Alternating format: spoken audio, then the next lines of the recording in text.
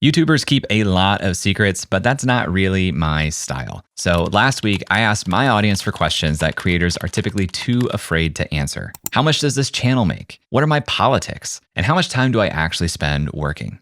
In this video, my producer Conor and I answer all these questions and more with complete transparency, starting with this.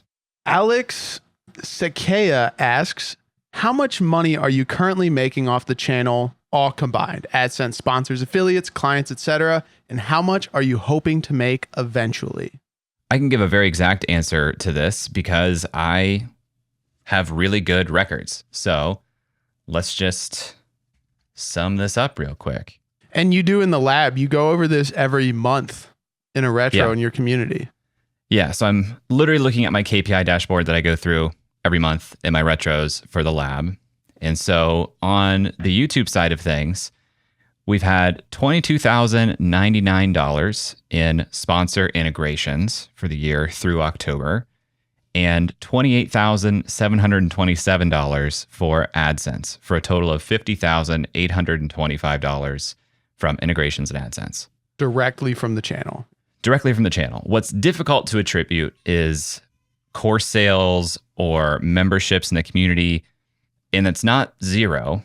I think especially for the lab, it's fairly significant, but it's super hard to attribute. Basically, I would only be able to track that by when people apply. A lot of people do mention the podcast or YouTube in their application. So just looking at that, if we just looked at integrations and AdSense, I would actually be losing money on the channel this year so far. But I know that that's not actually the case. Yeah. So to the secondary question of how much money do you hope to make? As much as possible, I guess. Yeah. I don't know. I don't have a strong goal there. Like I'm not making videos with some arbitrary number in mind. I just know that based on what YouTube does for discovery for the business as a whole and kind of building the brand of Creator Science and getting my face out there more places, it's an investment that I've been making, for 2 years, but it's not the money maker in the business, so to speak. Baldly Rudy asks, what's the average sponsorship rate that someone of your size and caliber can expect? Or maybe want would be a better word. Just curious. Well, if Rudy's asking how much I would want, again, as much as possible.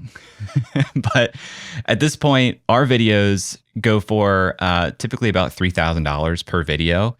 Sometimes we'll cut like a discount for buying in bulk or buying sponsorships on other properties in the business, like the newsletter or the podcast. But the typical like base rate, if you wanted to sponsor a single video on the channel right now, is around $3,000. And I think that's higher for some channels, it's lower for some channels. It completely depends on what is the thing that's being sold by the advertiser. Because at the end of the day, the sponsor, the advertiser, is looking at a simple math equation of money in, money out. And they will continue to invest in you if the investment to sponsor your videos is less than what they're seeing on the back end as a return. If you're able to drive a high return, you can charge more. This is kind of the rate we've landed on for not only are we able to sell sponsorships at this rate, but we're able to renew sponsorships at this rate. And that renewal point is really important. And something I want to touch on that I think is really important for people to understand is that one of the things you do really well is like upselling a package. So generally when people are like sponsoring, Creator Science, you are selling slots in your newsletter in other places or the audio podcast in addition to video. So that like 3,000 price isn't like a total ad sale. That's generally broken down into just video. And that's something we learned from the Justin Moore episodes, is trying to put together these packages where you can upsell for brands that's giving them more value and giving you more money on, a single contract or whatever you want to call it. Totally. That's what I try to do with every inbound opportunity or outbound opportunity that feels like a good fit for the brand as a whole, is I say, let's talk about your goals and let's look at the properties we have to work with here, typically YouTube, podcast, newsletter. But I've even been looking at LinkedIn recently, because a lot of people are asking if they could sponsor a LinkedIn post, which I haven't done in the past, but seems to be some real opportunity there. Yeah, those campaigns work better, especially towards renewals, because you look at the campaign then as a whole, and again, money in, money out. We put this into the broader campaign. Here's what we earned on the back end. And a lot of times, if I have a sponsorship in the newsletter or the audio podcast, that might be the second time you hear from that sponsor because you've already heard about them once in a YouTube video. So it's that multiple touch point thing that is usually what reminds people or nudges them or gets them to think more seriously about investing with a sponsor. And what's the general response from a sponsor if they say, hey, we want to sponsor your YouTube videos, and you come back to them saying like, hey, that's great. What if we did this other thing where you're proposing them spending more money for these other integrations that they weren't originally planning on? Generally open and curious, because what I find is there's not a lot of people that are having larger discussions with sponsors. Usually creators are like, here's the price for this thing that you asked for specifically. And sponsors are generally kind of open to thinking, well, what else is possible and why would you recommend that? This is something I learned when I was doing more client services. People like to be led in a process. And when a sponsor comes to you and says, we want to sponsor one of your YouTube videos, if you take the position of leading them towards the goals that they want and say, well, tell me what you want, here's what I would recommend to get to those goals, they're generally open to it if you have a degree of confidence, and even better if you have some historical data to back it up. So now that I've been running sponsorships for years, I can look at the data and see like, well, based on past sponsorship campaigns, the clicks we're seeing from your sponsorship campaign are overperforming or underperforming. And that gives me confidence to make suggestions for how to move forward with the sponsorship. And generally, people like being led when they feel like the person leading them knows what they want and knows the best path to get there. Just to get rid of some fears people might have you ever had a negative experience where like a brand, not only like some people would say no, but anytime that they were like, no, of course not, or like had some negative response? Literally never. I mean, they're always willing to hear other options. And sometimes they're like, we're just not really interested in that. Totally fine. But it's never rude, one. And it's never the end of the conversation. Like they're still going to at least want to talk about the thing that they came to in the first place. And sometimes if you're able to say, well, if we expand the campaign beyond this one YouTube video, we can actually de-risk the campaign. This is a word that I found really resonates with people. If you're trying to sponsor one YouTube video, there's a lot of pressure on the performance of that one video. And if you say, well, if we do 3 videos or we do 2 videos and a couple of newsletters, it de-risks the investment because all of your spend is not in that one piece of content performing well. Yeah. It goes across multiple pieces of content. And in newsletters and audio podcasting, the return is a lot more predictable because there's not the boom and bust of what happens on YouTube. Like you have a set number of subscribers that typically engage with that piece of content no matter what's in it.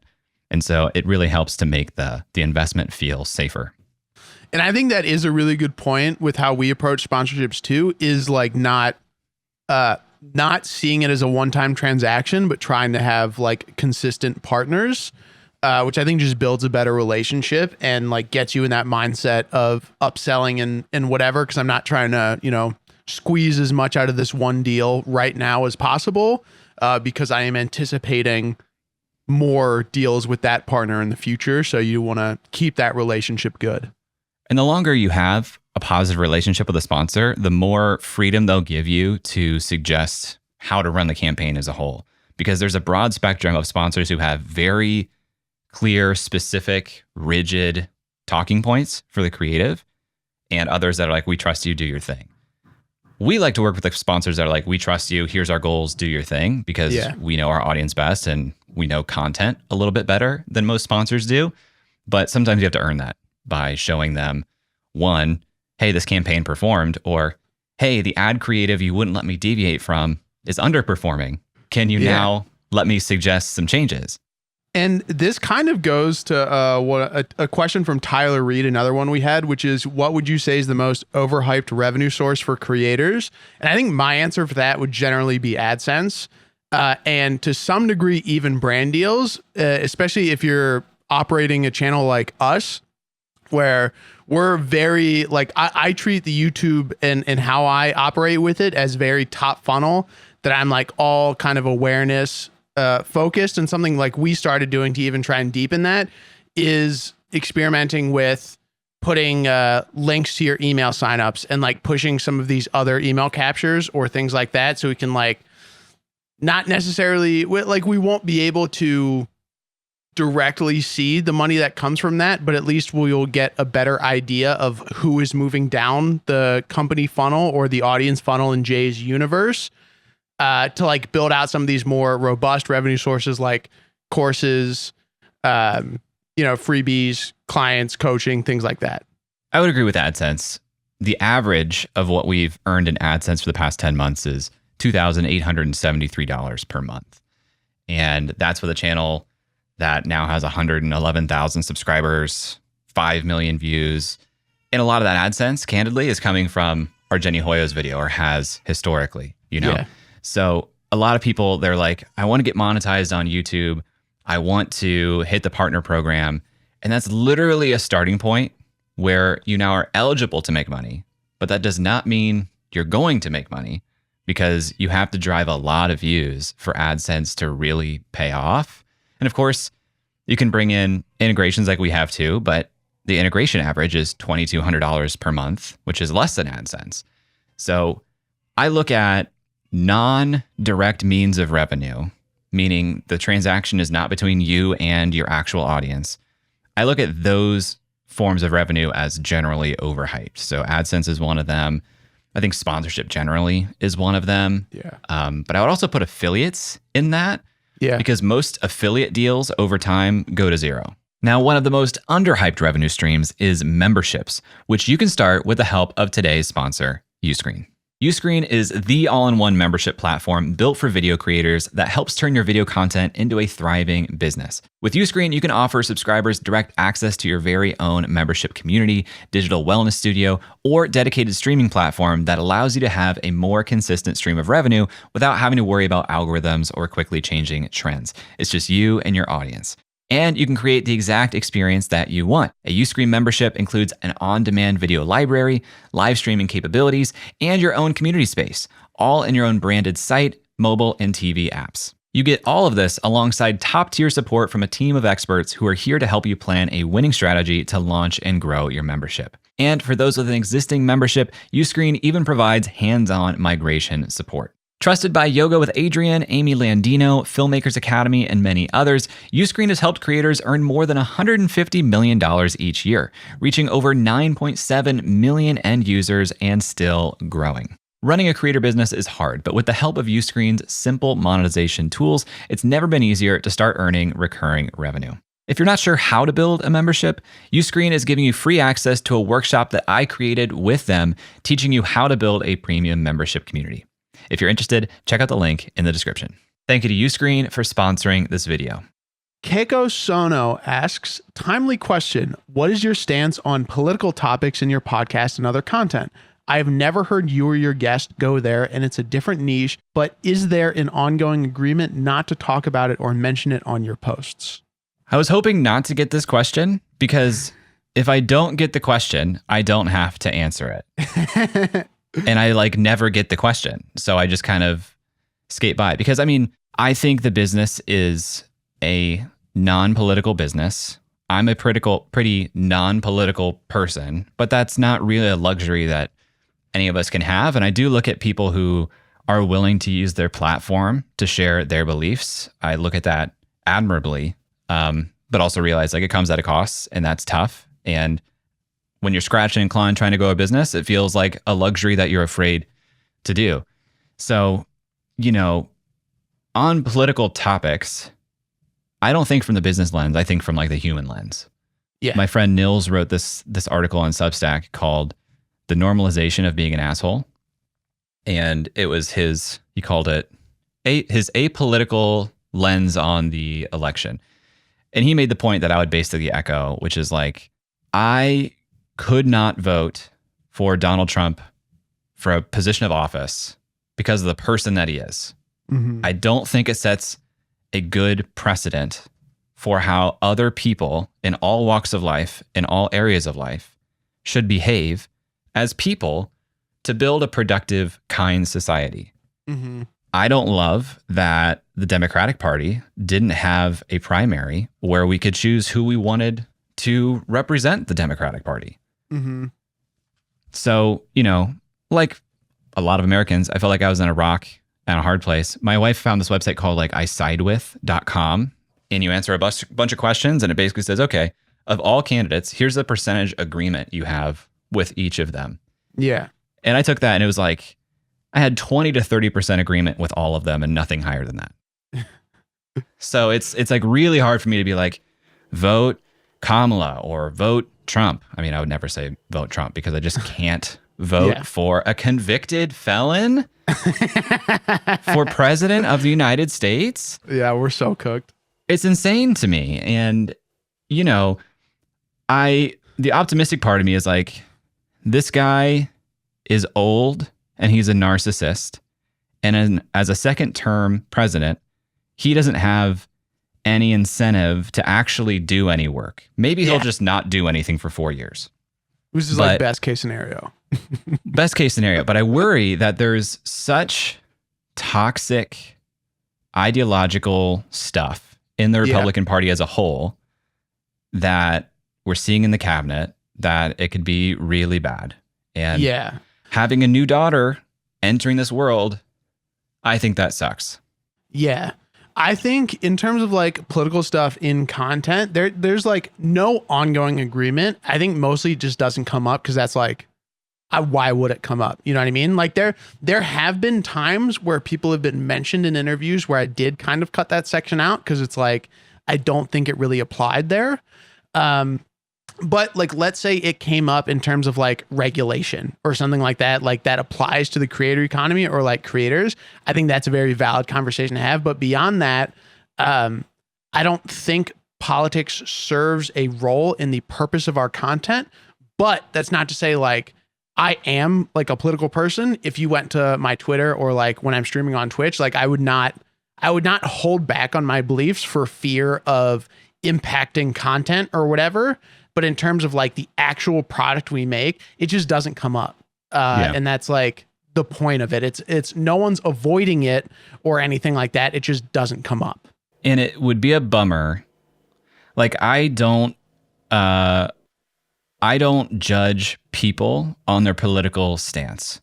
I might judge them on their ideological beliefs on some level, but like I don't think we have good options in this country from a voting perspective. And what sucks is most people have a strong tribal reaction to politics. And so it's like a sport. If we're having a conversation that's productive and great for the purpose of helping you be a better creator, and we say something that inflames the tribal response you have with politics, now you're going to throw out everything we say because of that around if it's not relevant, I don't think it belongs in the conversation. I think there's plenty of content and interesting things that can now be made around like what is the impact to the creator economy going on now, or what role did content play in the outcome of the election? I think that's really interesting conversation topics to go with. But for most of the stuff we teach, it doesn't have a place. And I think the areas where it has come up for me is like when I'll see a comment from like a channel that makes content that I really disagree with. Like I know for a little bit when like Andrew Tate was popping off and there was all of those Andrew Tate wannabe channels, we would have some people comment like, hey, thanks for the help. I did this. And like, ugh, I didn't really want to help you. You know what I mean? Where it's like, that's definitely like hurt a little bit where it makes me question being like, fuck, should I like be more outwardly so like those people don't view the content, you know what I mean? Because it's like I don't want to help those types of people be good at YouTube because like what they're doing is bad for people.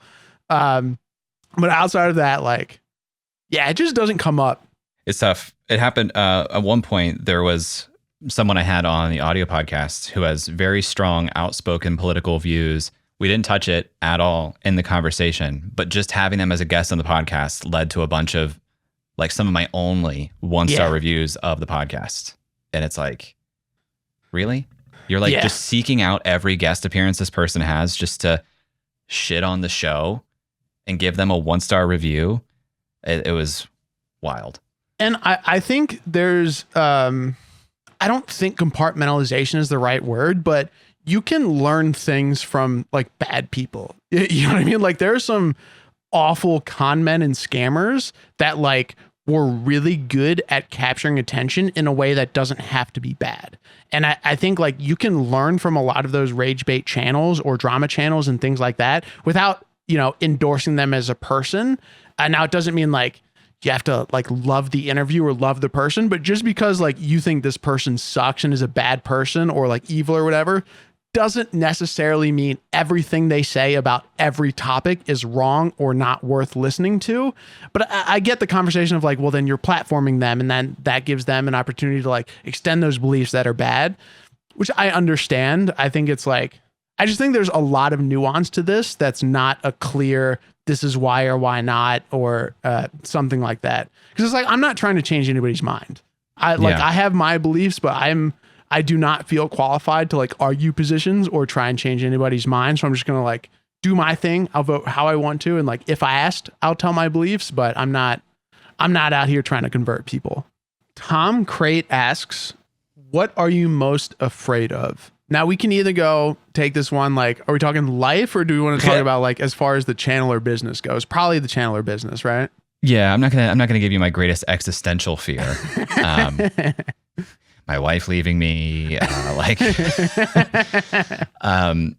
in the business, I think my biggest fear is the non-specificity of serving creators coming back to bite me because more specific people going much more in depth and basically like eating away the edges of what I do well. Since I try to help a lot of different types of creators do a lot of different types of things in the lifespan of their creator business, there's opportunity for somebody to come in and own each of those individual things. Somebody saying, this is how you do podcasting well. This is how you do YouTube well. This is how you do Instagram well. This is how you do email sequences. This is how you create online courses. This is how you create a membership. Here's how you sell it. I cover all of that. And resource constraints mean I can only cover any of it to a certain level of depth at any given time.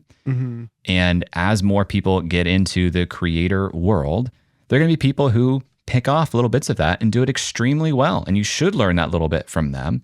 And so I could see non-specificity being a long-term threat to the business. I think mine would be like ending up being a one-trick pony, being like only being able to figure out remote podcasting or whatever, and like not being able to develop the channel into something bigger than an interview show. And like, I think probably the imposter syndrome that comes along with that of being like, hey, all this success, it was actually luck. Like you were right. You know what I mean? Where it's like, you didn't actually do this. It was just luck and you can't figure anything out, which I don't think is true, but I think that is the fear of being a one-trick pony that happened because of luck. I can't possibly see how that would be true in your case. Sarah Hart asks, from all your podcasts and work with creators, have you ever encountered someone who seemed wildly successful, but wasn't actually thriving like you would think behind the scenes? I think this is really interesting because there's a veil of content creation where you're getting started. And especially if you get like that initial boost where even if it's a podcast where it's like, you might not know how to get brand deals, you might not, be really monetized. You're still like, you're not making money from the thing that people know you about. So this actually happens like way more often than people think. I think it's constant. I see it all the time because the business model of I'm going to teach you to do a thing only works if people trust your claim that you can do that thing. And the human species is really good at detecting lies because lies are threats. And so people have to get really good at appearing genuinely confident in their claims to have any success at all. And so confidence is something that we see as success a lot of times. Like we see people's confidence and we're like, they must be making it work. That must be working. But constantly find that is not the case. I mean, I forget who said it. Maybe it's like, I forget who said this, but they said all businesses are like a loosely functioning disaster. And so even the folks who are thriving, their business is still like a loosely functioning disaster. And anytime I've seen how the sausage is made, it's like, you guys make sausage in here? Weird. Yeah. So I think it's constant, and it also depends on what does success mean, because a lot of people are wildly financially successful, and there's other parts of their lives that are completely on fire. That is not worth the trade. That's the thing I see more often. Yeah, and there are so many aspects to creator businesses where not everyone is good at everything. So like you could be really good at making content and getting attention, but you don't really know how to monetize. So you could be one of those channels, coming up that might have a couple 100,000 subscribers, but you don't really know how to monetize. You don't know how to go get brand deals or whatever. So you're relying completely on AdSense and maybe your type of content that's a low RPM. So there are a lot of these different things you have to like consider when you're looking at somebody, and views does not equal money, especially depending on all of these different types of channels. Like our channel could potentially make a bunch more money on the back end than, an entertainment channel pulling in hundreds of thousands of views per video, mostly because we're not relying on that. And we have a completely different business model than them. And I've seen, I was talking to people when we were down in Dallas for the conference, where there are these like small specialty channels, like, I don't know, like a lawyer or whatever, that channel could get, 10,000, 50,000 views per video, but they're on the back end making hundreds of thousands or millions of dollars in clients because that's where their money is. So on the surface, you see their views and you're like, oh, that channel's not popping, yet they're like probably one of the most financially successful YouTubers you'll ever meet. So it's like there are so many different ways and so many different consistencies. It's hard to look at something and being like, man, they have everything figured out, or like this is the portrait of success, because there are so many different things you don't know about. There's like this progression of what we realize success is in the content game. Early on, you think success is views. Mm-hmm. And then once you get views without revenue, you think actually success is revenue, because views isn't doing anything for me. And then once you earn revenue, but you're not enjoying yourself, you realize actually success is like enjoying the work. And so I wish you could start there, and I could tell people like, you should start with something you enjoy doing for the sake of doing it, because that's the only success that matters. And usually the other stuff will come from it. But unfortunately, it seems like something you have to learn the hard way to like truly learn it. The other thing about social media is social media rewards polarizing opinions and lots of content. And so if you think about what type of person is going to be successful in that set of incentives, you get strongly opinionated people who are sharing a lot, which means they probably don't always have the best data or temperament. Like it's just kind of problematic. A lot of the most successful voices are not necessarily balanced, healthy people. Because it's not healthy just to be spewing your opinions all day on stuff. No. So I found like the struggle that I have as I get more eyeballs on what I'm doing, I grow as a person and I actually want to like yap about stuff less. Totally. And so it's interesting. A lot of wildly successful people are just not happy. Writer Science asks, wondering about work-life balance with a newborn. Do you think it would have been possible for you to build Creator Science to what it is today if you had your baby a few years back when you left SPI? For those who don't know, SPI is Smart Passive Income. It's Pat Flynn's membership community that Jay used to run their community. Work life looks so much different with a newborn.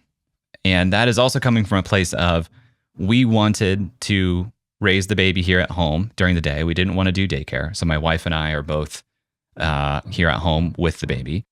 We really split a lot of the responsibility. I mean, she definitely leads on this front, but I'm very involved. So life looks way different. There are certainly fewer hours in the day where I can actually work, and especially fewer large uninterrupted blocks. I really have to plan ahead and find ways to create a block of 2 or 3 hours at a time, a couple of times per week. I had a friend one time describe this as popcorn time. Like you just kind of find these little bits of time throughout the day as places where you can work. And so to be completely honest, like I think I could have built the company, but I would not have been able to compress the timeline as much as I did working without a newborn. So, I think a lot more about leverage these days also, because with less time, where can I apply my effort and have the highest impact? And all the leverage is in choosing what to work on so that you get the most impact from that time. I would have had to have been a lot more intentional about that. And it certainly would have been tougher. Outside of time cost, what about like actual financial cost? Would you have been able to build the business and have your financial backing with you and Mallory back, with right after you had left SPI, or was now like the right financial time to be able to do that? Well, because we had the goal of not putting her in daycare. Daycare is a huge cost. I know people who pay many times their mortgage each month in daycare costs. So daycare itself is so expensive.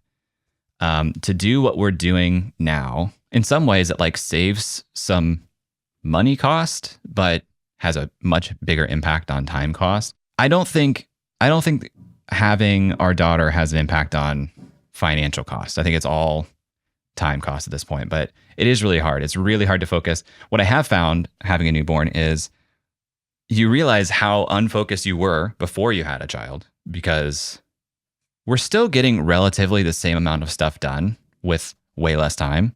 So what's that mean? It means I was pretty inefficient before.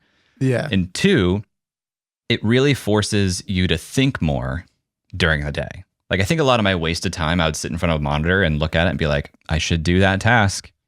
I should do that thing. Yeah. And that's like the loop that repeats in your head for 30 minutes at a time. Mm-hmm. Whereas now I'm doing stuff. I got the baby in one arm. Maybe I'm rocking her to sleep. Maybe I'm feeding her. And your mind can't help but like work on stuff. Yeah. And I think it leads to better decision making. And by the time you finally get some open free space, you have like the action item list prioritized in your mind. You know exactly what you're going to hit, and you can kind of run through it a lot faster. So it's like forcing you to get your focus together. Otherwise, you just won't be hitting what you need to hit. Yeah. I mean, have you ever like gone on a walk or gone to the gym, and while you're there, you have like kind of a breakthrough on what you want to do, but you're away from your computer, so you literally can't do the thing right now? Yeah, all the time. That's I pull out my phone and my notes app, and I'll just like be in the gym, like sitting in a corner typing for 5 minutes, so I don't lose that idea. I do the same thing. Like if I wake up in the middle of the night with an idea, I used to be like, oh, I'll remember it in the morning. You never do. No. Never do. I always will take the time and effort, even if I don't want to like, even if it's just shorthand note that I might not remember exactly what I meant in that time, I will make note of it. Yes. And then when you finally sit down at the desk, there's like this explosion of like, finally, I can do this thing. Yeah. That is what working with a newborn is like, because by the time you finally sit down, you're like, I know exactly what I want to do. I've been chomping at the bit to do it for 2 hours now. And so it is more effective. You just get fewer blocks of that and shorter blocks. It's just a lot. It's a lot of work. Yeah. Kate Holmes asks, how much time do you actually spend on your creator biz? What are you spending time on? Content, products, community, what? Time at the keyboard is less than ever right now. Again, newborn. But I can't think of a time in the last 8 years where I wasn't spending 75% of my waking time or more thinking about the business. Yeah. That's like where all the time comes in if I'm not actively, quote unquote, working. And in fact, there have been a lot of periods in my life where I am actively, quote unquote, working, fingers at the keyboard, and not spending enough time thinking about what I'm doing. Because again, like highest leverage comes from the choices and how you allocate your time. So, I would say so much of my waking consciousness, the vast majority of my waking consciousness is thinking about the business, the health of it, what we're doing next. And I'm not saying that's aspirational or admirable. For sure. It just is. And when I look at my peers and folks that I admire because they have an even more successful business, it's almost always the case that they have a near unhealthy obsession or preoccupation, at least, with the work that they're doing. I think that's true of most people that you see in a position of quote unquote success. And so you have to ask yourself, is that what success is? Because I do think it is, again, for the most part, I won't say it's absolutely prerequisite to reaching the levels that I am now or the people I aspire to are, but it's extremely common amongst the people that do. Yeah, I think there is like a unique form of brain rot that like all like YouTubers and content creators have, where it's like, even me, where it's like, I'm not the face of the channel. I spend most of my time thinking about YouTube stuff, and it's not even like intentional. I'm not intentionally spending the time. It's just like how my brain works and how like I ended up in this job. I think you have to remember, like with a lot of people on YouTube, whether they're, you know, the actual creators themselves or they're the back end people, this isn't somewhere where you just end up. You know what I mean? Like a lot of this is intentional, and like people are, you know, people with this like brain rot is what I'm referring to it as, self-select into these positions. So it's like, yeah, a lot of time is spent thinking about it, time at keyboard. Like I spend like minimum 40 hours working on stuff, sometimes more. But outside of that, like it's very hard for me to be able to like separate work and like truly get like time where I'm just not thinking about or have nothing on my plate, because there's always something to be done. That's the problem with this job. There's a lot of perks. I love it. Best job in the world, but there are downsides. All right, pass the test. Yeah. My boss is amazing. It's incredible. There's no problems. A lot of times when I talk to a creator or someone who's kind of getting started, I won't say a judgment, but I definitely make a prediction on what I think their chances of success are based on what I know about them and our interactions so far. And most of the time, if I make the prediction that this person isn't going to make it, it's because I feel like they don't have enough brain of a preoccupation or brain rot for it. Because it's just math. If I am thinking about this 12 hours a day and you're thinking about this 10 hours a day, doesn't seem like a huge difference, but that's 14 incremental hours per week, 14 times 52 for how many incremental hours per year. And then you multiply that over years, like you just are spending far less time competing on this than I am. So it's just a math problem. So to Kate's question of what do I spend my time on, I want to say the majority of it is content creation, but it's actually probably very evenly distributed between content creation, showing up in the lab, our membership community, and administrative work. Increasingly more administrative work, and I'm trying to pass that off more and more because it's kind of like a hydra. You cut off one head and two more heads pop up. Like I can't clear my inbox without immediately refilling my inbox because every response gets a new response. Yeah. So it's tough. I would like to be spending the vast majority of my time on content, community, and I would say relationships broadly. Completely get admin out of my world, but it's a work in progress. Tyler Reed asks, have you ever worried that promoting paid products could erode trust with your audience? How do you gauge when you're over monetizing or over promoting? You got to think long-term. You got to play long-term games. So if you are promoting a paid product for the short-term revenue of the sponsor at the expense of long-term relationships with your audience, it's not a trade you should make. So increasingly, and this is tough because we have more inbound partnership requests than we've ever had. It's more than we can even possibly service. And so I am getting much tighter on who I say yes to, because I have to come from a place of, I'm not just saying this brand sponsors the channel. I am willing to give an explicit endorsement over this brand and product because it's implicit anyway. And an implicit endorsement comes at the same cost to your audience as an explicit endorsement in some ways. And so I'm really leaning into explicit endorsements, and I'm experimenting a little bit with, well, what if I just promoted my own products in that space versus sponsored content?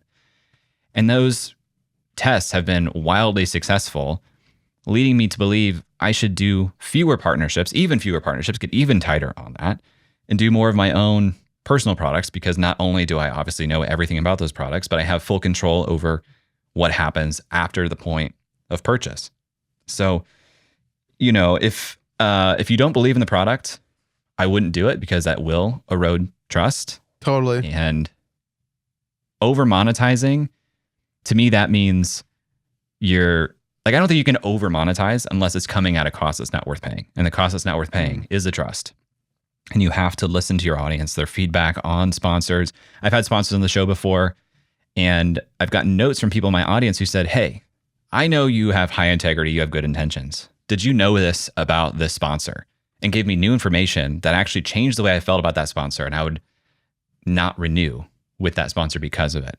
And to hit on the point of believing in the product, there have been several times where we've been presented like tools to use, whether it's like creator tools or editing tools that you would hand to me and being like, hey, do you like this or whatever? And then I'd come back and being like, it's fine. Like I wouldn't use it. And then we'll decide like, we shouldn't really promote that because we don't feel strongly enough about this product that I would actually recommend it to somebody, which is like the threshold of accepting a sponsorship because that's what you're doing. There can be like this misconception among creators where you're just like, oh, it's just an advertisement. Like they know it's just an advertisement. It's like not that big of a deal.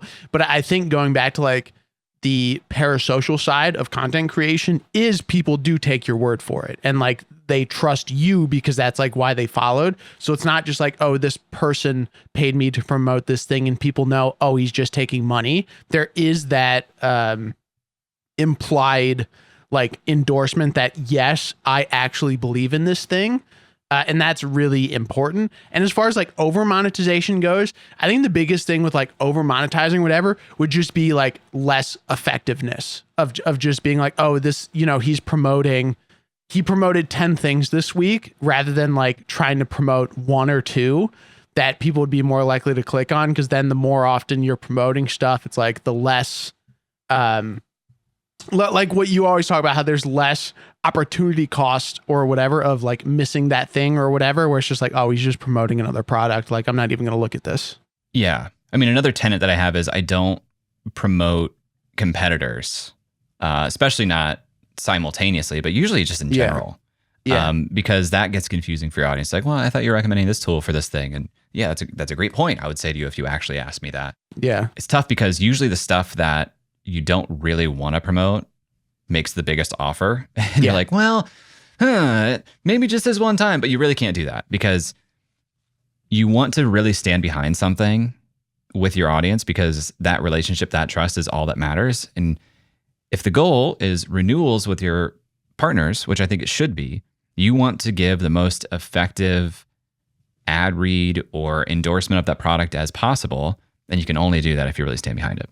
Yeah, I know there's a running joke that like in the entertainment space, it's that way with like mobile gaming companies because they have so much money that they'll just throw it like tons of money with the most rigid restrictions. So I actually interviewed to be like this was like years ago before we started working together. I interviewed for one of these like ad agency companies that worked with a mobile game, and they're like, they have some rigid instructions. Like there's your creative freedom, but the positive of that, taking that as a creator, is it's a bag. Like it's a lot of money, but it's not an ideal sponsor. So there's like, it's hard to make that decision. It's not always super clear.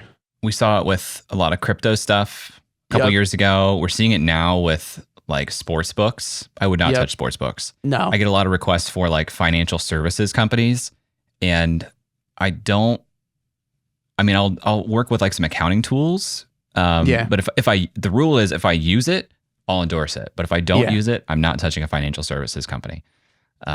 So yeah, it's something you got to think long-term, which is tough if you're in a short-term cash crunch, but that's why I really over-index on your own products and services so that you don't have to make this bargain in the short term. Question from Rohan Lark. Is the creator economy mostly falling into eating itself? Creators selling to others who want to be creators rather than creators actually connecting with their existing or previous niche in a meaningful or impactful way? I see this question all the time. And I would agree that there are a lot of creators for creators, myself being one. There's going to be a time when there's creators for creators who create for creators. You know, like if the reason you see all of that is because you are a creator, you are the target audience of those people. So what you're seeing there are more and more people targeting me But that is not the extent of the creator economy or creators. If you don't like gardening, you're not going to be targeted by all the creators who are doing things in the gardening niche and, sub gardening for literally any interest or any desire on the planet. Most of the creator economy are people who have very particular interests and skills and are teaching people those interests or those skills, or, sharing that interest or skill. And if you're not in their target audience, you're just not going to see them. What you see are the people targeting you. And I agree, there's more of those than ever. And most of those will go to zero. I mean, the reason this exists is the same reason I got into this. I was a 20-something-year-old who wanted to do online business, didn't have a lot of skills, didn't have a direction I wanted to go, got so obsessed with the idea that all I was doing was studying online business. And suddenly the thing I know best is what I have learned about online business. And that's just what happens with a lot of people. And most don't create enough credibility or last long enough to turn the corner. And since it is really competitive, that will continue to be the case. So if you are really interested in being a creator and you're learning a ton about it, instead of turning around and teaching that to other people, apply it to one of your other interests. And you're destined to do better, because if you pick a more specific interest, there's bound to be less competition. And also the expectations are lower. When you're a creator for creators, the expectations of the quality of your content is so high, as it should be. But if you are a creator for people who are really interested in Lego, maybe the expectations for your content from a production standpoint are a little bit lower. Yeah, I think this is a good example that you need to be very careful about extrapolating like general theories from your own viewing experience. Because like you said, you are their target audience, so you're going to see it. And something that comes up all the time in our episodes about how there is no one general trend on YouTube. Everything is happening on these different micro communities, and that's like what YouTube is now. It's there are so many different corners. Like you could say the same thing about like, how golf has blown up on YouTube over the last 3 years, and being like, oh, is this golf niche too saturated or whatever? And it's like, well, if you're interested in it, of course you're going to see all that stuff. And I think there's a general kind of attitude that being a creator for creator is easier, or just like talking about YouTube generally gets views, and that's not the case at all. Like, I know this sounds like we're just like protecting ourselves or whatever, but like generally it's hyper competitive. There's only so many things you can talk about, but like not everybody succeeds. You know what I mean? Like there are tons of shows like ours that don't get views. There are tons of shows like ours that get more views than us. There's a lot of different things. I don't think there's one area that's necessarily easier. And I also don't think like creators for creators is some existential threat to the creator economy, because there are just so many other robust areas. Yeah. Most creators for creators will go to zero. But if you think about the creator economy is eating into traditional media and commerce. Yeah.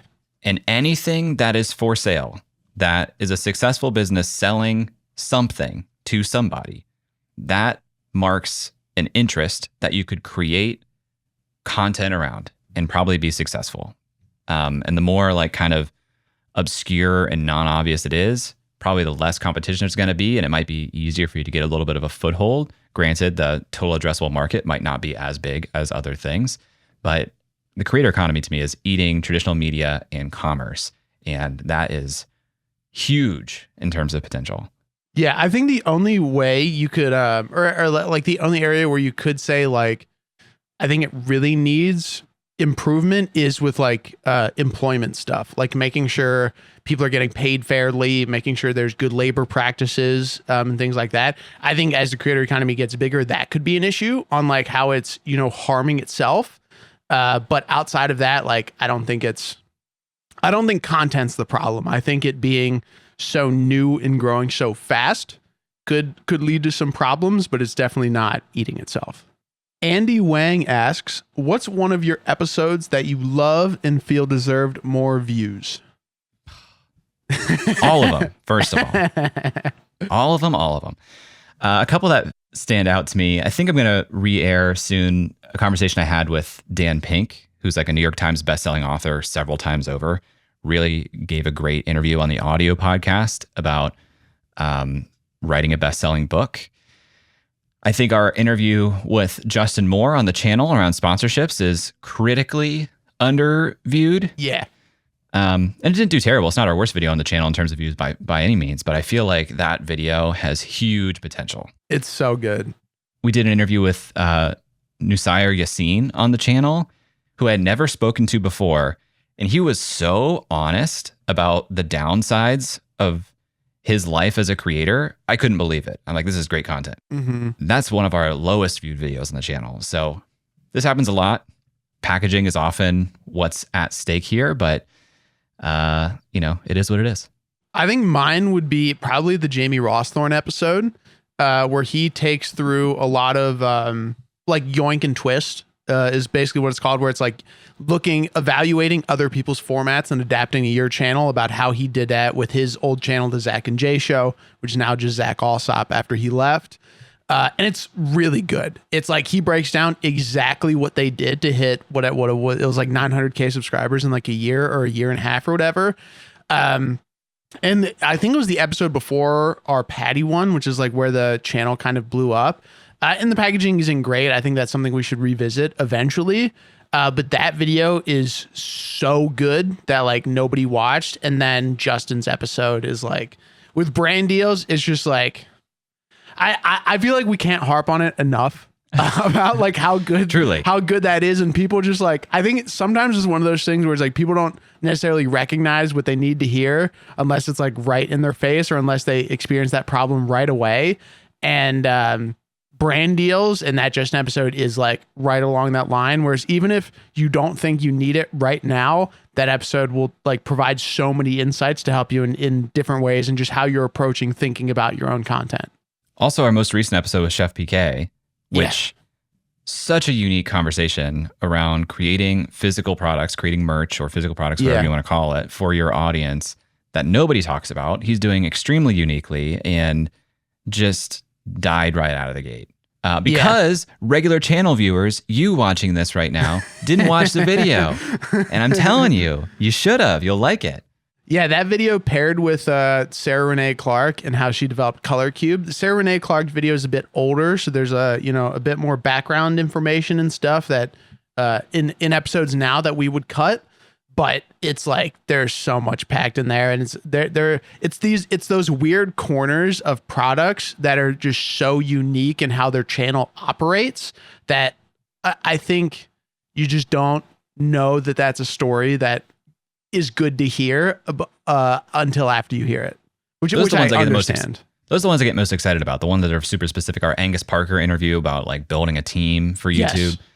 Those are the ones I get most excited about, because this content doesn't exist. You don't get to hear from these people about this, and we did it. And and it's not sexy, which is some of the thing where it's like some of these really important aspects just aren't sexy. Like you know what I mean? Where it's like it's really in the weeds, where the like truth of building a creator business isn't as sexy. It's like it's kind of like the equivalent where everybody thinks these like high yield companies to invest in are these like flashy tech startups, but they're actually like fucking logistic companies, or like things that do the most boring things you don't even think about are the ones that are so interesting and making tons and tons of money, because it's not sexy.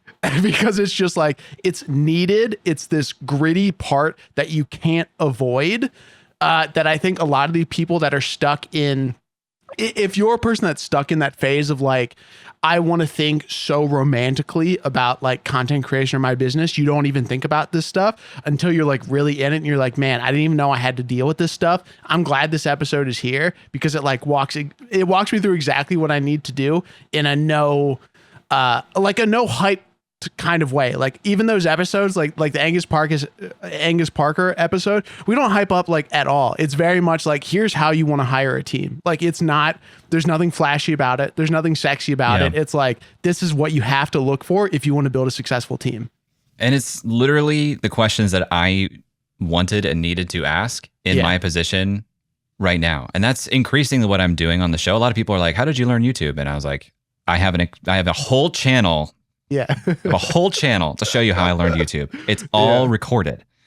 But we'll work on making it sexy. Yeah, that's on us. I think like I did do a lot of complaining there, but at the end of the day, it isn't the audience. It is on us. I just want to like be clear about that. I'm not blaming anybody. Another question from Andy.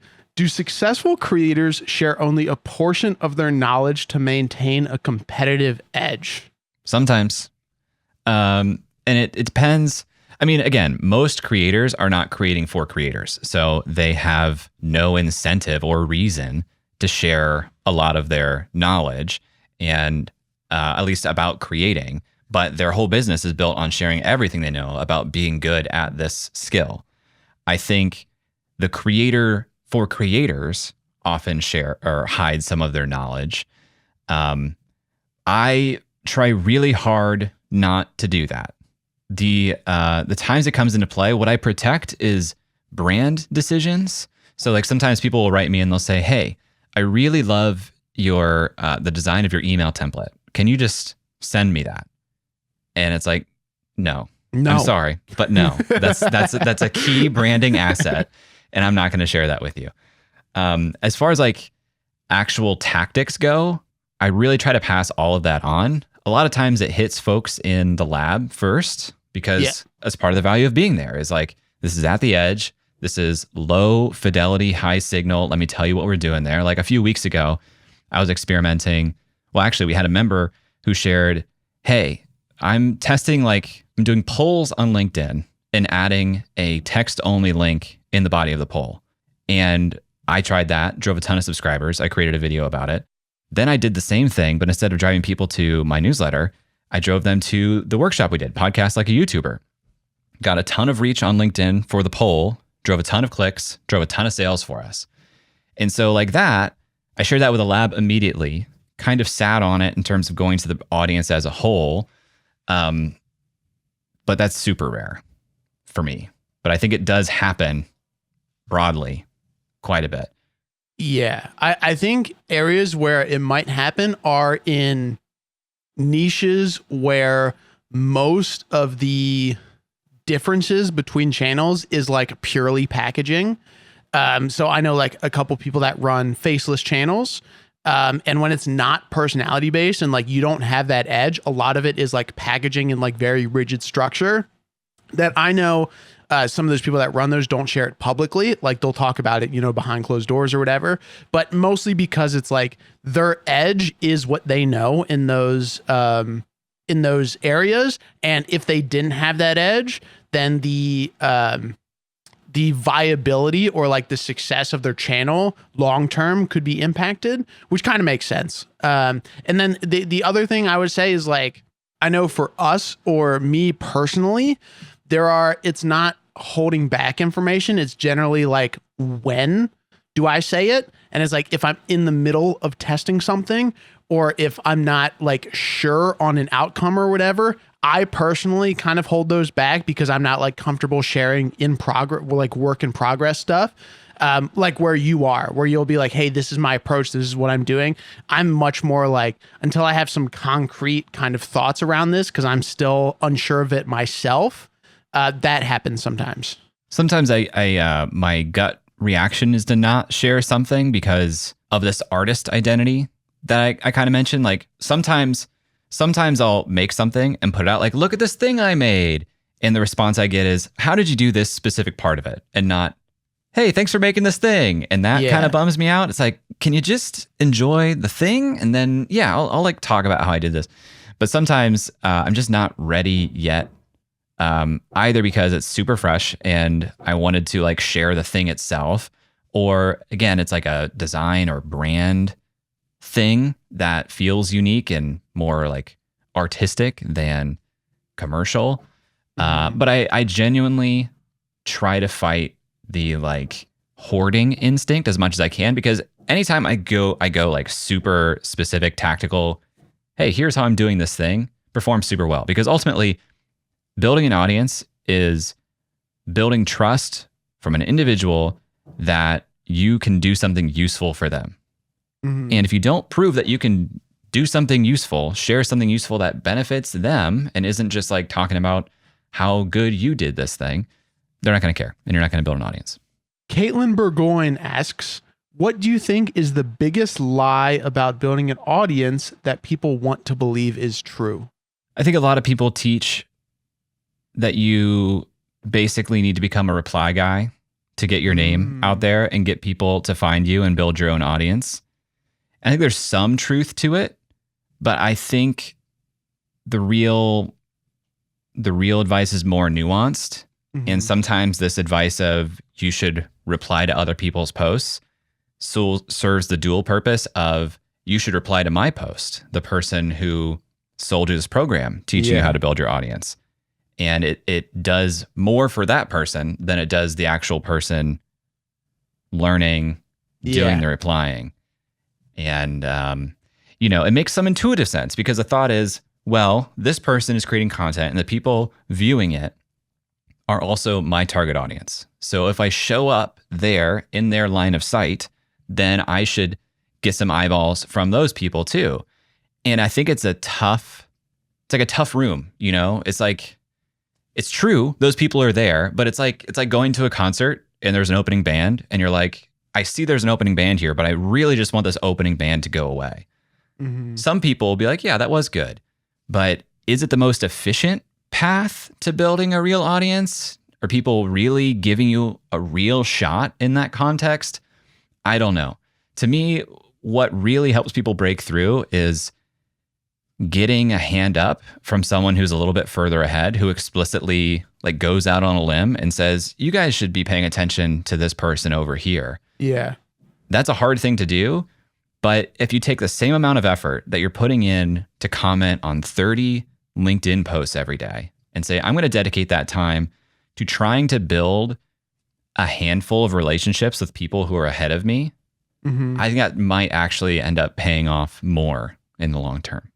I think mine is that you have to be a good entertainer or super charismatic. I think that's something we run into comments wise on the channel a lot is like, how do I do this thing if I'm a boring person, or just like immediately seeing someone's success and attributing that to their charisma or personality. And that for sure plays into it, right? Personality is important, but there isn't a correct personality. And I think that's where people get it wrong, where it's like, there are tons of, quote unquote, boring people. I guess more like monotone is probably the correct answer, that do really well because it's like, that's the audience they serve. Not everyone is looking for this super charismatic, Jenny Hoyos or something like that, where like they're so bubbly and outgoing. You don't have to do that. Now, if you want to like do that type of content, it for sure helps. But there are like tons of tutorial channels run by, 60-year-old guys who are just like straight shooters that want to cut the crap and tell you how to do something. And that you can be successful doing that because they're not trying to be something they're not. And that's like something an audience can sniff out right away, where if you're trying to fake a personality to build an audience, that's not good. Yeah. Personality matters, but there isn't one right personality that you have to mold yourself into to be able to be like a successful channel. Yeah. What is the job the viewer is hiring your content to do for them? If they're hiring it to be entertaining or to simulate a friendship, and that friendship, they want to be a certain personality and you're not that, you're right. It probably won't work in that context. Yeah. So you need to, if you have whatever constraints you have, you need to say, what is the job my content can do for somebody where this does not get in the way, and build for that. And a lot of it, I think, is because it's easier to dismiss and being like, oh, my personality is the problem because I can't change that. And that's why I'm not successful, rather than like having to take a critical look at being like, well, how can I just like lean into my personality, and where does my personality or where does my knowledge shine where some of these other people might not? And that's where you hammer home. Andrew Ellis, friend of the show, Andrew asks, how do you discern a fake guru from a quality creator to listen to?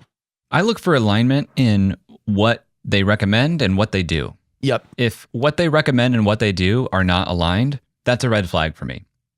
I also look for real value that's being taught. Like there are a lot of smoke and mirrors creators. I think this was a bigger problem that's kind of a relic of like early online business where this is all a big mystery, where people were able to basically say, I have the secret.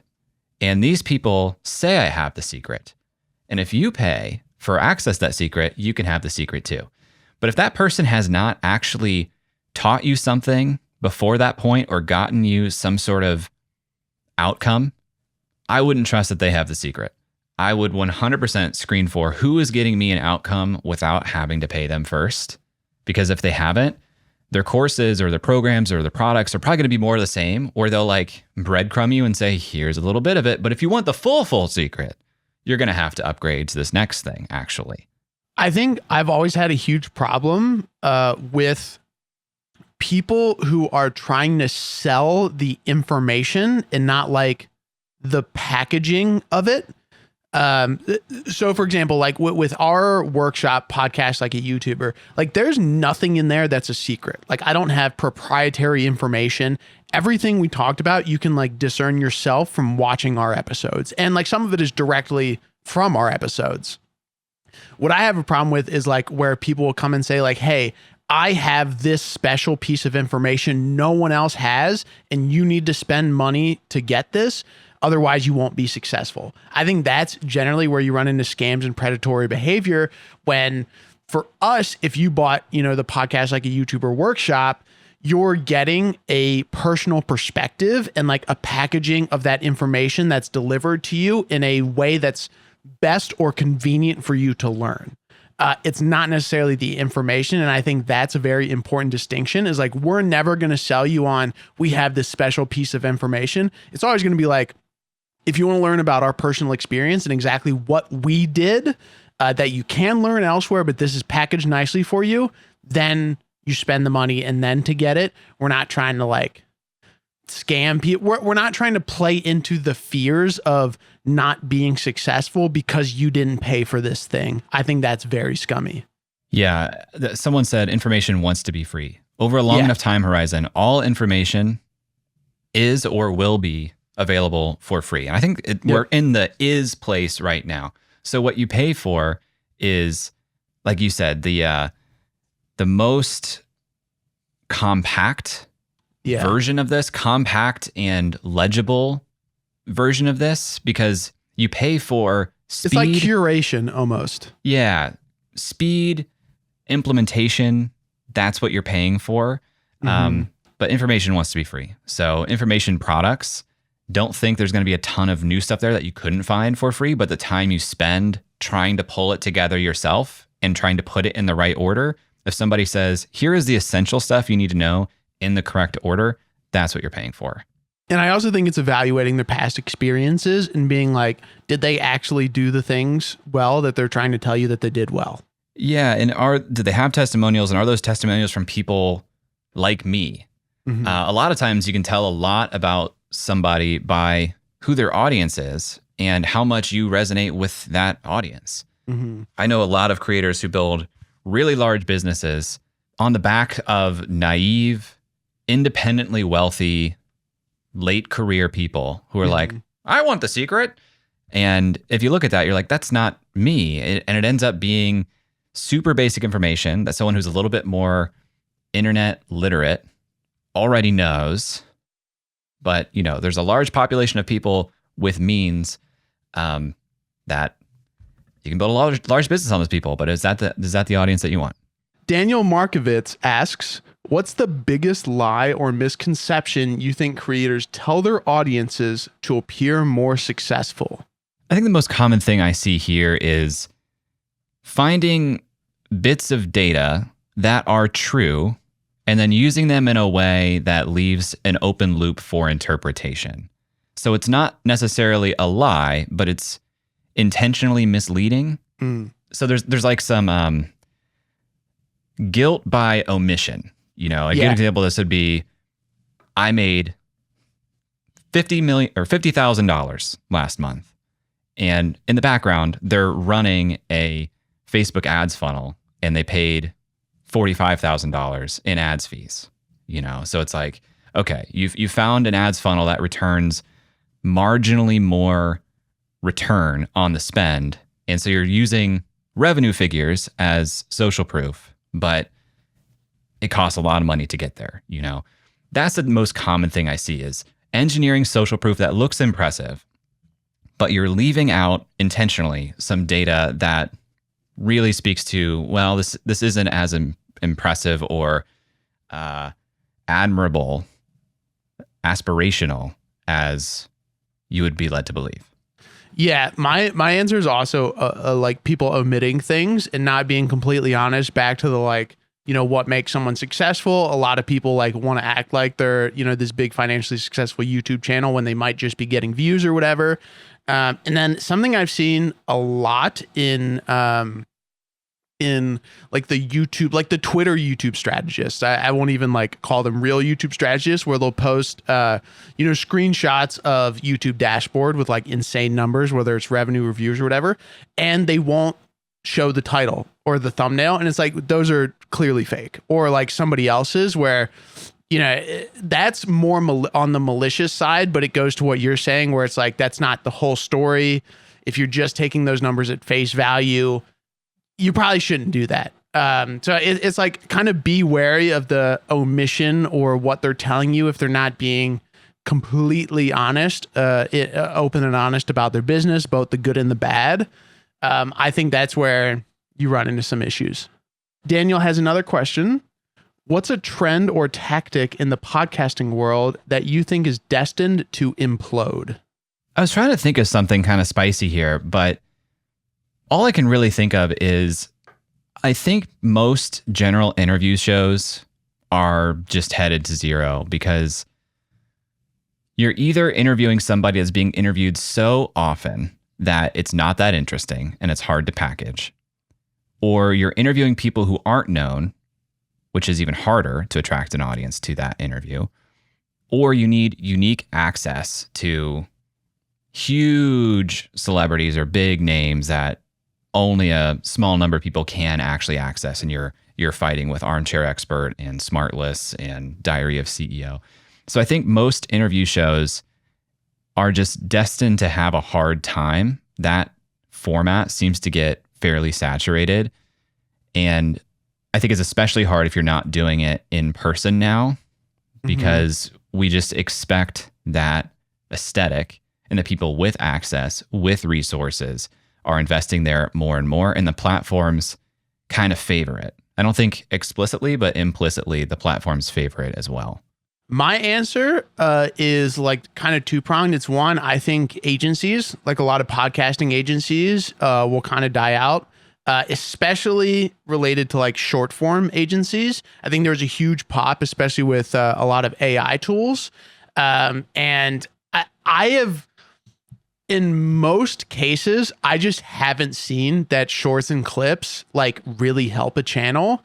And that's the massive selling point for a lot of these agencies is hey, pay us this money and we can not necessarily promise returns, but they're selling this vision on how people thought about shorts, maybe a year or two ago. And that's not that shorts and clips can't work. There are obviously examples where they do, but I think if you're starting from zero, or if you're starting from zero or are newer, I just don't think going to an agency, even if you don't have the time to do things yourself, is going to produce returns for your channel. I agree. I agree on the clip point, especially because we're just moving into a time with content where volume is going to be out of control. And it's going to be especially out of control in formats like this, where you have a long form piece of content and you're trying to clip and post 30 videos. There are a lot of agencies that have tried to sell me on, I'm going to create 30 videos. It's too much. 30 clips out of a video. I'm like, those are almost certainly all going to be bad. Yeah, for sure. And if you have that across many, many shows, it's just going to get deprioritized. And even the ones you see, if they're not good, it's going to produce a response in you that you expect that type of clip to not be very engaging. So I agree with that. Valentine Farkash asks, what was the worst audience interaction you experienced? A few things come to mind here. And thankfully, even though weird interactions hit me and affect me in the moment, not many of them have left a mark. So it's hard for me to recall a bunch of them. But there have been a few situations where some people have responded to my emails out of a place of desperation that was actually kind of scary. Sometimes they're like, I just got out of prison and I'm trying to do this online business thing and you've helped me a lot, but they don't understand how a creator business works. So they genuinely think the emails coming from me that are mostly dispatched by a system of automations are like direct one-on-one emails from me. And so they'll respond like, hey, got some questions, please give me a call. And they like send their cell phone number. And then it gets like this one guy in particular, it like really ramped up over a period of a couple of days. And then he said that he was going to get arrested again. And I was just like, I don't know what to do with this. What? So in that situation, were you like responding back to him, or was this just like unsolicited follow-ups from him? In the beginning, I responded because anybody who responds and is like, man, this is so helpful, thank you, I try to respond back and say, no problem. I'm rooting for you. I hope this goes well. But that, I think, created more of an issue because now it seemed like there was a relationship there that was not as deep as maybe this person wanted. So in the end, it was a lot of unsolicited follow-ups. I think this is just common though, because it's a big numbers game. If you think, pick whatever percentage of the population you think is absolutely nutso, take that percentage, times the size of your audience. How many people in your audience are just not well? I was watching a vlog that Ryan Holiday put up, and he was showing something in Gmail, and it had his whole inbox on the screen for a moment. And I like paused it. I was watching it on the TV in my living room. I paused it and I looked at the folder structure on the left side, and there's a folder called, I think it's called like Crazy Person. And so I'm like, he's getting some crazy emails and he's saving them and cataloging them in case he needs to report them to the authorities someday. And I think it's just super common. I mean, Tim Ferriss has a blog post called like 11 Reasons Not to Get Famous or something. Yeah. And so there's actually a ceiling on how big I want to get because you have to deal with that. It's interesting you point that out because like parasocial relationships is something that's talked about a lot in like the gaming space or more entertainment space, because it's like, younger audiences, people identifying more with like, their favorite YouTubers that are, they're like living vicariously through them, and they're picking up on, these little facts about them. And then they start to develop an unhealthy parasocial relationship and start acting weird. And I've never thought about that in like the education space. But it kind of makes sense. And it's almost like what kind of allows like scammers to go about is like these parasocial relationships and really taking advantage of the perceived authority and experience you have on the internet for these people that want that thing or think they want that thing. That's weird. I'd never thought about that. I know I screenshot like funny mean comments, and I have a folder of we do get some of those comments. too. We've certainly got some funny and mean comments. There have been some folks in the past that had very strong negative responses to something that I wrote. And in the instances where I wrote back very thoughtfully and was like seeing them, those people then immediately flipped in some cases and became huge proponents of what I was doing. Because most people just don't expect that you're reading what they're writing, that you're going to respond. And love and hate are not actually as far apart as like love and indifference. It's just like, it's both really strong emotional reactions. So if somebody has a really strong negative reaction, sometimes if you care, and if this person is someone that you could see aligning with, you can have empathy and like see them, and that might change their mind. Other times, it's not a battle worth fighting at all. Oh, totally. And it's like there are so many comments, especially because coming from me, who like I've been, a fan of YouTube since I was, a wee boy. I have never even considered posting a negative comment. Like it is, it has never crossed my mind, even on like the most heinous shit that I hated or disagreed with, didn't cross my mind. So it's like there's an element to people who do that where it's like, A lot of it's projection. A lot of it's like, you want attention or to feel seen or to be perceived. So you just have to like take that with any bad interaction, where it's generally like, it could be parasocial or they're just like having a bad day. And that doesn't excuse being a dick on the internet. But as like, I think you kind of have to take some of that's like, I hate when people say like, oh, dealing with negativity or criticism is like part of the job when you make content on the internet. It's like, that's true to a degree, that I think you have to like compartmentalize that. But a lot of it, just isn't good. And it's just people like acting out. Yeah. Jackie Brown asks, how often have you seen a big time creator who might lean on algo hacks or a platform for their success crash and burn or just disappear? I think this is really interesting. I think I've seen this happen a lot in the thought leader influencer space, where a lot of people, especially early LinkedIn, there were tons of people who were really good at gaming the algorithm and like using bots that would then turn around and like make an agency out of that, that ended up like kind of disappearing, because it's like, as soon as there's a platform update, you have to like relearn everything else. And if you're not on top of that, then it goes away. And I think the other place you would see that is like short form creators that don't make the leap to longer form audience building content. Yeah, I see this happen a lot, always tied to a discovery platform where for some reason or another, your content is hitting people's feeds. And if that changes and it no longer hits our feeds, if you have not built a true audience that is not dependent on a third-party distribution, it comes crashing down. I saw it a lot on Twitter over the last 12 months. Yeah. Where the For You feed really took over, and what they prioritize moved from like niche interest to broad entertainment.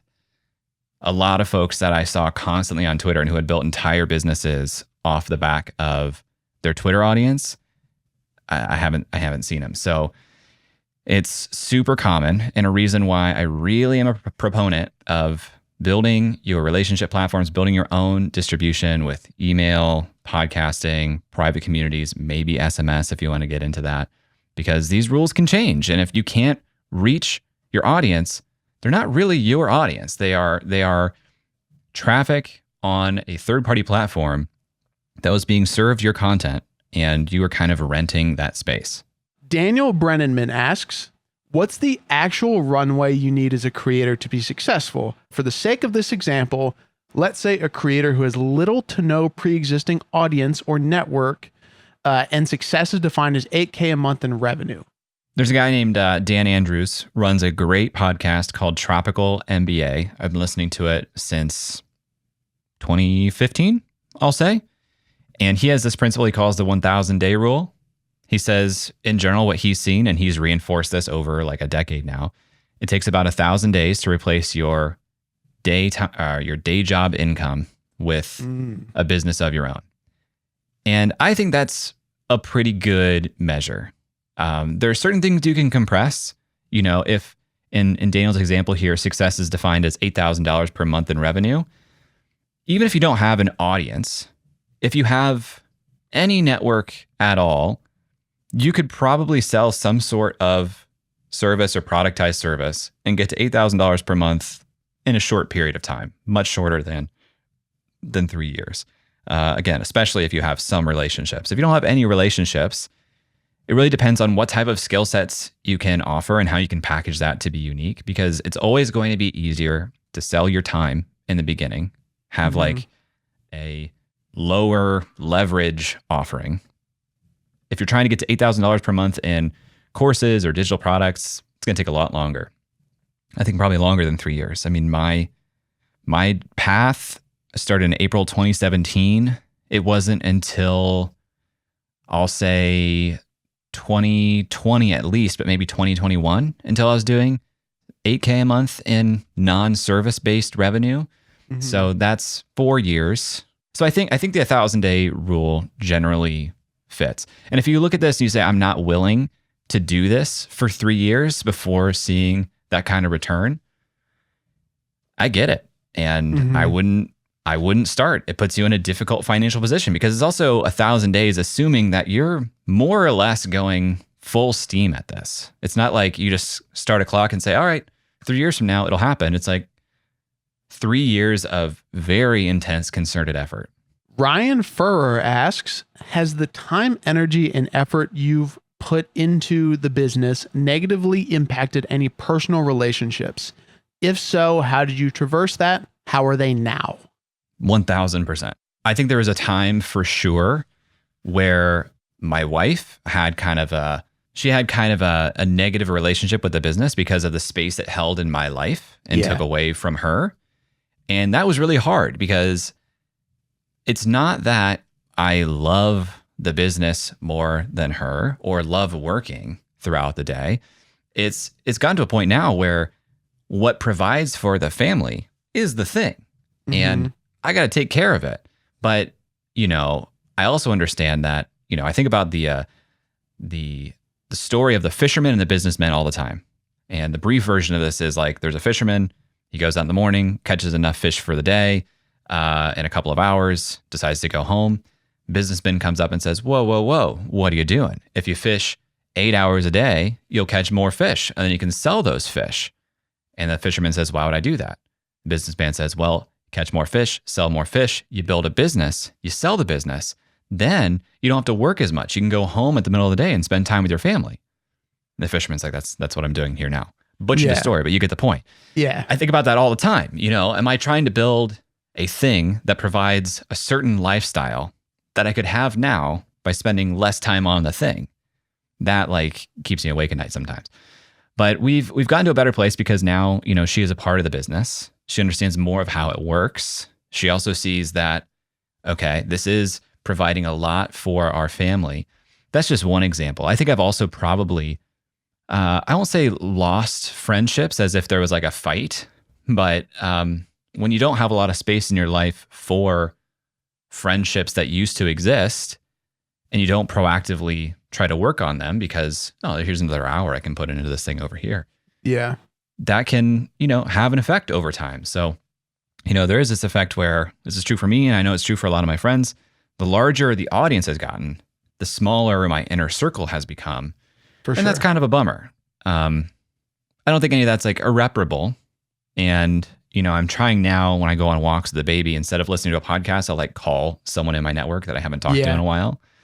But it takes more effort as you get older to maintain those closer ties. But if they're not nearby and there's not the convenience of just crossing paths, it takes effort. And most people aren't willing to go first. So if you want to maintain a relationship, be that person that goes first. Yeah. I know there was a part in my life where I was very much a productivity bro, where I was I know Dr. K talks about this a lot, where there's that sector of productivity bros that I was in, where it's you want to maximize work now so you can work less later. And it's that full on sacrifice, all or nothing that I used to do. And it's I was not as active in my friends' lives as I would have liked to been. And I noticed that and started to make that change, where it's same thing as you, where sometimes I'll put on my calendar of hey, text this person or something like that, where I can just keep that relationship open. Because a lot of your best relationships, where they came from school or whatever, you start to realize how circumstances played into the strength of that friendship. And proximity. A lot of times it's yes, yeah, proximity for sure.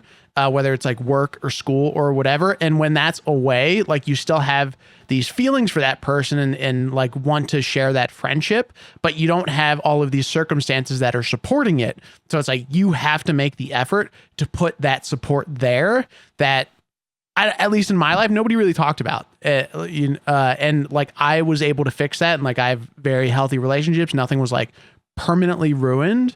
That was definitely a huge learning curve for me, where it's it doesn't have to be one or the other. There's that balance that I think is worth it to be fulfilled. Even if, it's not perfect, but it's way better, and it's for sure helped. I've heard Alex Hermosi say this. He says, everybody wants you to be successful, just not more successful than them. And unfortunately, I think this is true for a lot of people because you do hear like people that you thought were close to you. You hear like they're talking shit or, saying unkind things. Yeah. And it's a bummer. Like people really do struggle when someone like we are comparison machines. Yeah. And when we feel like the comparison we were making is no longer in our favor, that makes us feel bad. And how do we deal with that? Usually not in a healthy, kind way. Yeah. And that for sure happens. Jason Davies asks, I priced my monthly subscription product, not a community, too low. How do I raise it without pissing people off or appearing greedy? Yeah, I mean, like there's a whole spectrum of what you could do. And a lot of companies have done this very, very badly on the software space in particular. And I do like that he called out that this is a subscription product that's not a community, because I think my answer would be a little bit different between whether it's like a subscription software and a community. Reason being, community products that are peer-to-peer in nature have the potential for negative network effects. And what I mean is, network effects means somebody joining the network makes the product more valuable. So somebody joining Facebook makes Facebook more attractive. More users join Facebook. Suddenly it becomes the most impactful social network on the planet because that's where everybody is. That's a positive network effect. In a community, if you're there for the people and somebody leaves, now you have the potential that other people leave also because that was such a linchpin in the community. And so if you have this announcement or this change in a community product that has a negative reaction, because there's so much connectivity between those people, I think you're certainly going to have a big negative outcome by raising a price on existing subscribers.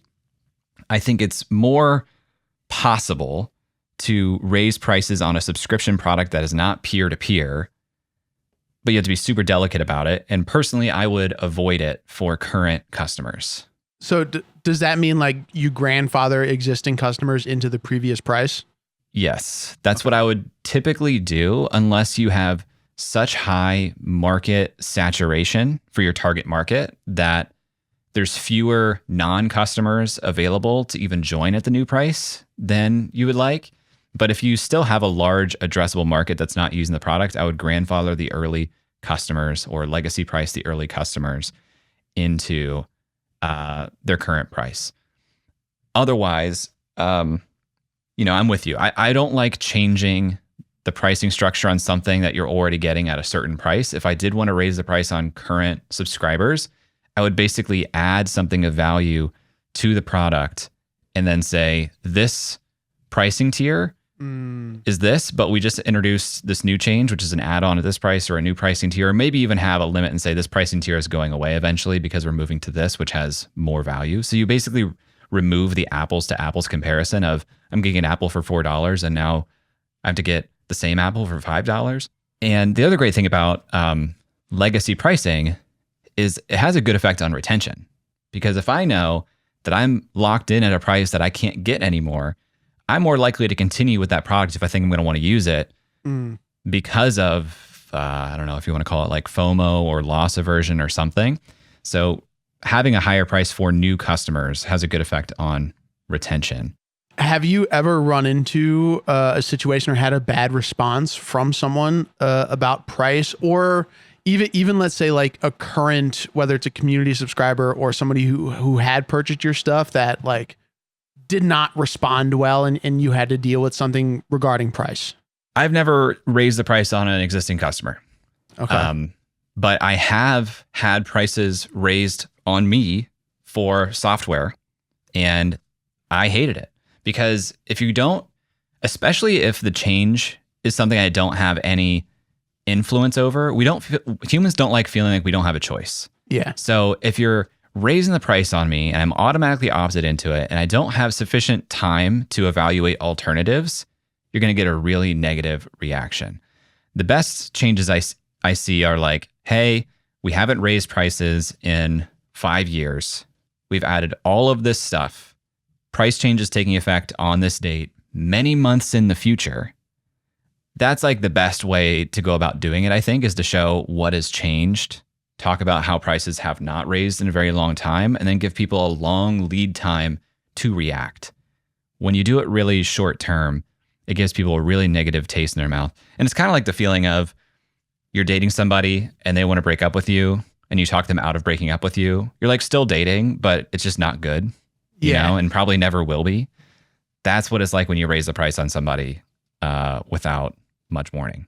If I'm Jason in this situation and I was like starting to make a new product, how can I avoid this situation where like I'm pricing this in a comfortable way? Is that like planning for the future, or are there certain things I need to do? Well, when people start memberships, because this is where the conversation comes up a lot of times for me, I do tell them to err on the side of pricing it too low, because the people who purchase early are big fans, big advocates, and you want to recognize them for their like faith and trust in a new product and in you. So like over time, I would only want to raise prices. And so it's good actually, I think, to start on the low end. That's really interesting, because a lot of times I've seen in tech, it's like the opposite approach where early adopters end up paying a lot more for an awful product. Like an example, I think one is, I think the company's name is Humane Labs or something like that, that released that, the like AI pin that you put and it was supposed to like work on your hand and stuff, and it just didn't work. But people paid like $500 for this, and it was like, yeah, of course I paid $500. I'm an early adopter. I know price is going to come down. And it's like, why are you paying more for getting a worse product? Yeah, I think it's a different relationship when you're identifying with being an early adopter versus identifying as being a fan of company. Because I am always thinking, how do I give the best opportunities to my biggest fans and recognize them and give them the best pricing? But there is a lot of precedent for just products generally to say, we are going to release the premium version of something first to subsidize the cost of producing a lower cost version. This is like the Tesla strategy. You know, we're going to go out with like this luxury car that speaks to status and people with means can purchase, to subsidize the cost to create the more accessible unit, going up market and then down market. If you want to capture the entire span of like people's income, it's better to go up market than down market, because it's difficult for a low status product to become high status over time. That makes sense. So it really does depend on who your market is and what type of product we're talking about here. And in just like pure software, it might be nice to bring costs down over time because that is rare, but it's rare. I would err on starting lower on price, because then you can get testimonials, raving fans, advocates, affiliates. Even if you say like, this is going to be priced at $50 a month, but right now it's $25. Now you've set the precedent and the expectation. This is a $50 per month product. You're getting in at a preferred rate, but this is what the product price is. And then eventually you can say, this is just at market rate now. If you enjoyed this format and want to grow your channel fast, watch this video where Conor and I talk about how we would hit 100,000 subs in 1 year if we could start over.